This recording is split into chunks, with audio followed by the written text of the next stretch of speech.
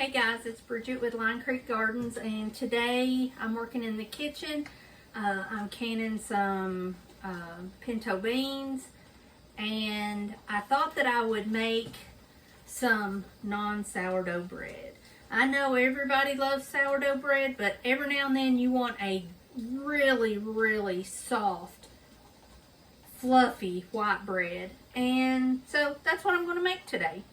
It is not hard, and the first thing that we need to do is get our ingredients added to the pot. The most important thing about bread that I have found is you really need to be able to weigh your ingredients. I find that my bread turns out better whether I'm making sourdough, white, no matter what kind of bread I'm making, if I weigh my ingredients. So to start off, we are going to do 7 grams of yeast.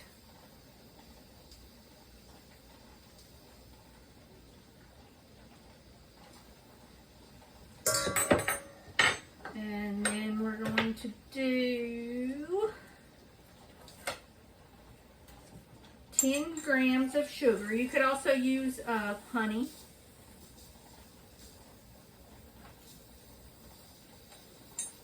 Okay. And now we need some hot water. I think that the warm water is about 50 grams. And I just get tepid water right out of the sink. It works fine for me.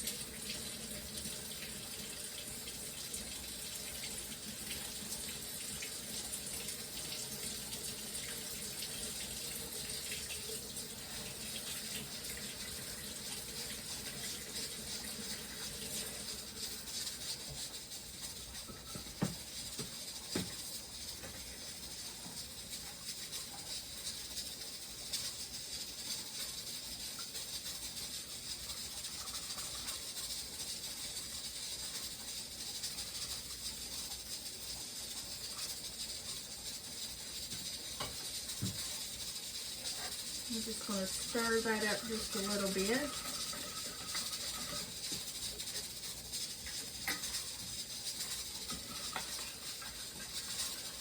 And kind of set it in a warm place, waiting for it to bloom. My kitchen is very warm right now, so I think that will be good. Another secret that I find for this bread, besides weighing the ingredients, is for the milk and the egg to be room temperature. I find that that really helps.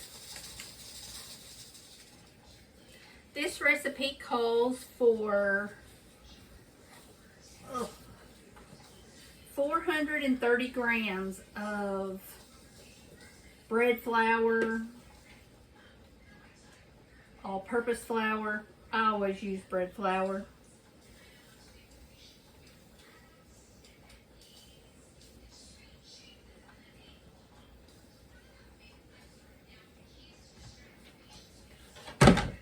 And I go ahead and put it all in my mixing bowl here, and I just zero my scale out as I'm adding ingredients. For the dry milk, that we've got 35 grams.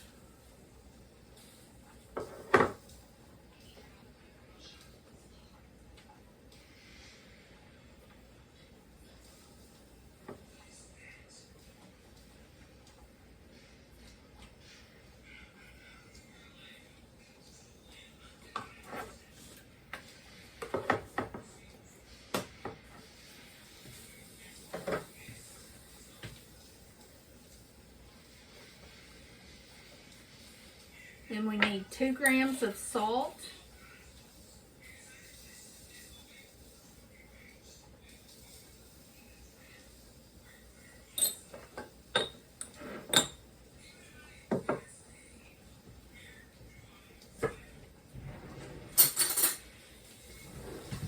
And I kind of just stir the dry ingredients around, get that salt dispersed so it doesn't kill the yeast.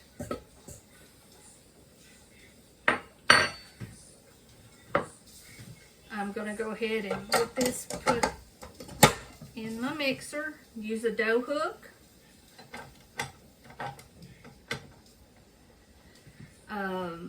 I have already measured out the milk here so that it could be at room temperature.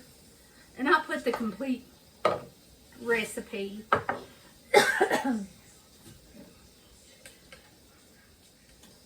excuse me.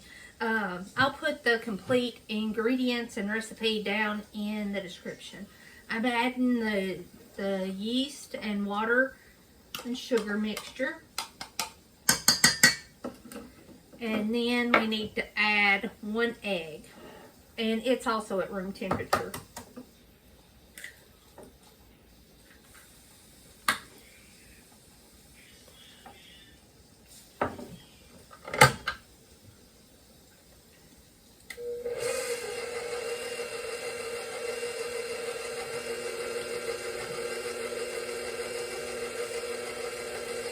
And this will just mix. I'll bring you in closer and show you what that's going to look like.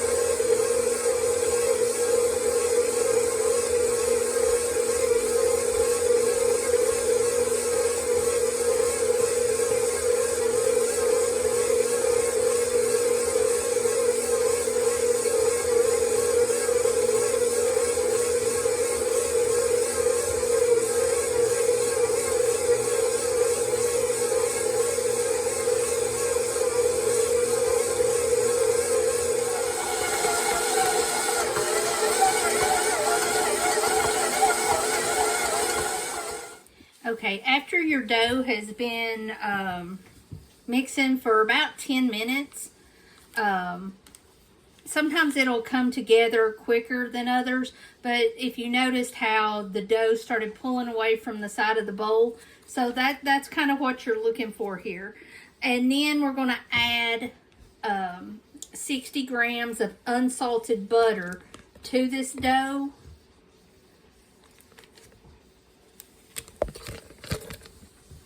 And then we're going to mix it for about another 5 minutes. And then it should be ready to shape.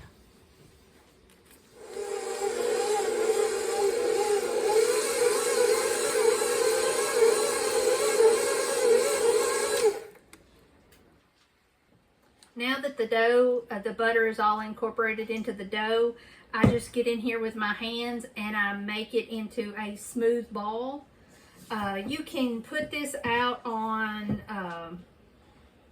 a piece of parchment or a dough mat and form this into a ball, but I don't like to do dishes, so to me this works just as good as anything else.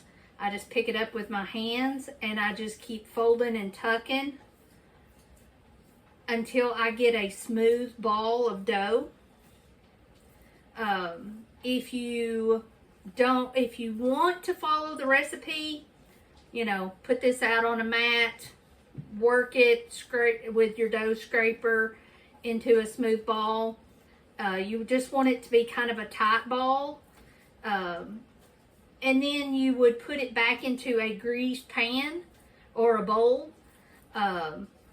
But luckily, unless you're needing your mixing bowl for something else, I just plop mine right back in here. The sides are greased from all the butter that you added to the dough, so it's not going to stick to the sides. And then we cover it with plastic wrap. Sometimes I just throw a towel over it, whatever I have handy, but plastic wrap does work best to hold in the moisture and a little bit of the heat. And I'll just pop this in my oven because my home is kind of cool. My husband likes to keep it at about 68 degrees. I put it in my oven with the oven light on, and that way it proofs within the hour. It takes 1 hour for the first rise, and so I'll be back in 1 hour. Okay guys, it's been an hour since we put the dough in the oven for the first rise. Let's get it out. And look at this beautiful dough. Jiggly, it's more than doubled in size. So now my hands are washed. We're going to punch this down. Get out all the air bubbles. And I have just put a piece of parchment down on my counter here. I'm going to put just a little bit of flour because we're going to dump this out.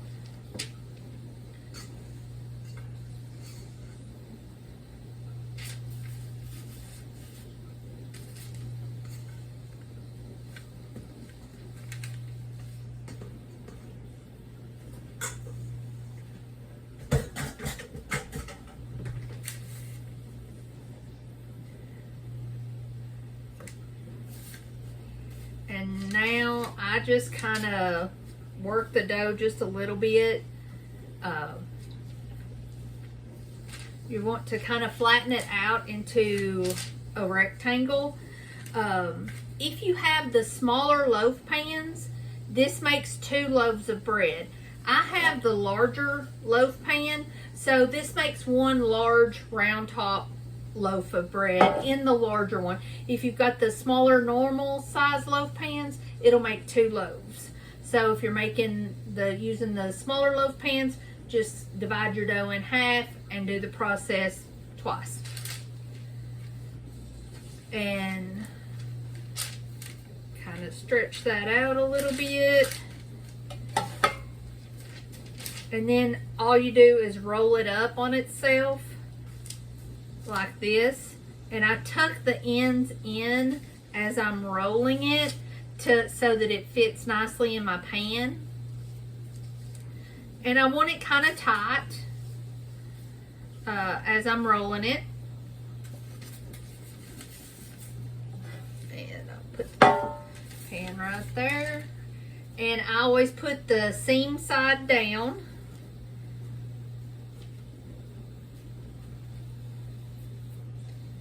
Now it's in our pan. This will need to rise for another hour. I put it back in the oven, the same process again. I use the same either towel or saran wrap to cover it for the second time. And yep, we'll see you in an hour and then it'll be ready to bake.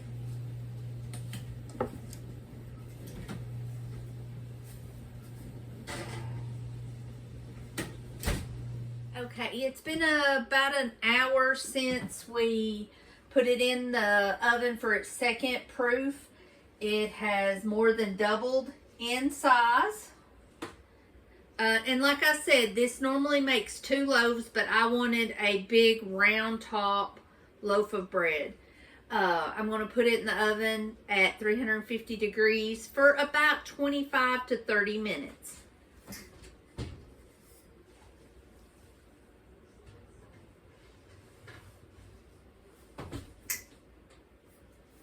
Okay, be back soon. Okay, it's been 30 minutes, so let's take the bread out. Oh, it's beautiful and light. And now here is a trick. If you want it to be soft, you need to brush on butter while it's hot.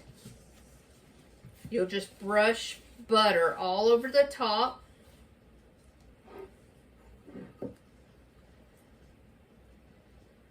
This is just softened what was remaining of that stick of butter that we used to put in the bread.